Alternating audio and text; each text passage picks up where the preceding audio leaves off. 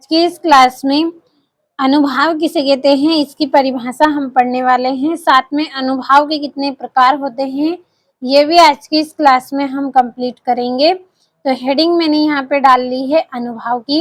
एक बार पहले अच्छे से पढ़ेंगे, इसके बाद हम इसको समझेंगे। उदाहरण के द्वारा मैं आपको अनुभाव की परिभाषा समझाने वाली हूँ। तो अनुभाव का अर्थ है पीछे। क्या होता है? अनुभाव का अर्थ है पीछे अर्थात बाद में। स्थायी भाव के उत्पन्न होने पर उसके बाद जो भाव उत्पन्न होते हैं उन्हें अनुभाव कहा जाता है। किस तरह से है आपकी परिभाषा? अनु का अर्थ है, अनु का अर्थ क्या है? पीछे अर्थात बाद में। स्थायी भाव के उत्पन्न होने पर अगर हमारे मन में कोई भाव है जिससे डर है या फिर हंसी का भाव है या फिर प्रेम का भाव अगर हमारे मन में है, तो जैसे ही ये भाव क्या है उत्पन्न होते हैं उसके बाद जो भाव उत्पन्न होते हैं उन्हें अनुभाव कहा जाता है। किस तरह से कहा जाता है उदाहरण के द्वारा हम समझ लेते हैं। तो ये यहाँ पे मैंने एक उदाहरण इसमें लिखा है। तो यहाँ पे मैंने एक ये उदाहरण लिखा है, शेर को देखकर डर से चिल्लाना। एक बार फिर से मैं यहाँ पे लिख रही हूँ, शेर को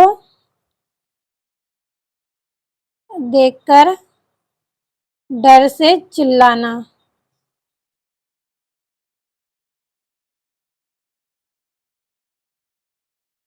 यहाँ पे एक उदाहरण लिखा है मैंने कि शेर को देखकर डर से चिल्लाना। तो इस उदाहरण में आप देख सकते हैं कि शेर को देखकर हम क्या हो गए हैं, यहाँ पे डर गए हैं, डर से हम चिल्लाए हैं। तो यहाँ पे जो डर है, ये डर क्या है? हमारा स्थायी भाव है। तो यहाँ पे हम लिख लेते हैं इसको, स्थायी भाव। डर क्या है? हमारा स्थायी भाव है। चिल्लाना यहाँ पे क्या है? अनुभाव है। तो परिभाषा आप समझने का यहाँ पे प्रयास करें कि हमारी परिभाषा किस तरह से थी। अनु का अर्थ है पीछे अर्थात बाद में। तो यहाँ पे देखिए, पहले हमारे अंदर स्थायी भाव, हमारे अंदर क्या है? डर है। सब तरह के भाव हमारे अंदर ही होते हैं। तो यहाँ पे जो डर है वो क्या है? स्थायी भाव है।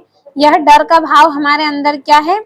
स्थायी अवस्था में यानी कि स्थिर बैठा हुआ है। जैसे ही हमने शेर को देखा है तो हमारे अंदर जो डर का भाव है वो एकदम से जागृत हुआ है। तो डर हमारा क्या है? स्थायी भाव है जो पहले ये यहाँ पे जागृत हुआ है। इसके बाद हमने क्या किया है? यहाँ पे चिल्लाए हैं। शेर को देखकर डर से, किससे? डर से हम चिल्लाए हैं। तो जो बाद में हमारी क्रिया हुई है कौन सी हुई है? चिल्लाना अभिक्रिया हमारी बाद में हुई है। तो यहाँ पे अनुभाव हमारा क्या रहेगा? चिल्लाना। समझ में आया होगा आपको? शेर को देखकर डर से चिल्लाना। तो डर क्या है? स्थायी भाव है। जैसे ही यह भाव हमारे अंदर जागृत हुआ है इसके बाद हमारी यहाँ पे प्रतिक्रिया क्या हुई थी? चिल्लाना। तो चिल्लाना क्या है? अनुभाव है। समझ में आया होगा आपको अच्छे से? तो यहाँ पे परिभाषा है, अनु का अर्थ है पीछे अर्थात बाद में। स्थायी भाव के उत्पन्न होने पर, स्थायी भाव हमारा क्या उत्पन्न हुआ है? उदाहरण में मैंने अभी आपको बताया है डर।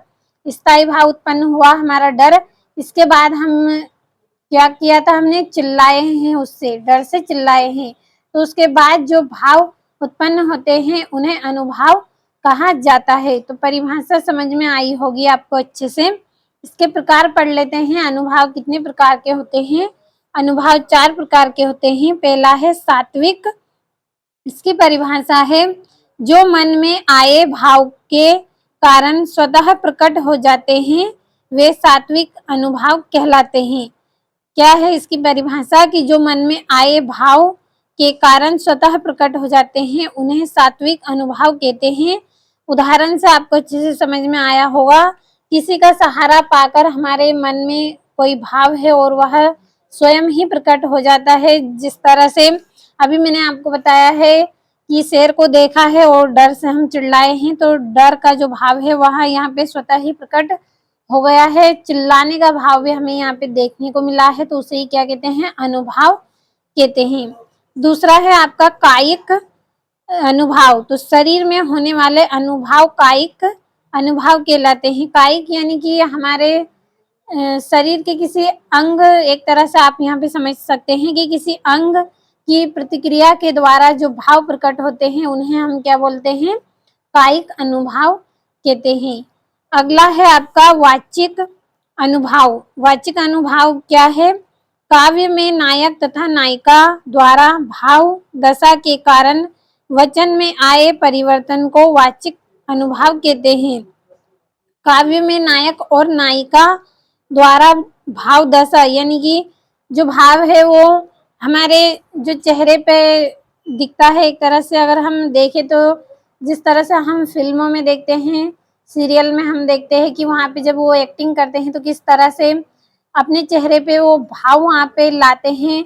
अगर कोई इमोशनल सीन वहाँ पे हो रहा है तो किस तरह से वह अपने चेहरे पे दुख का जो भाव लाते हैं, इस तरह का जो भाव दशा होती है, ये क्या है?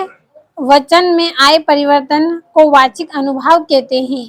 अगला है आपका अरहाय अनुभाव। अरहाय अनुभाव की परिभाषा क्या है?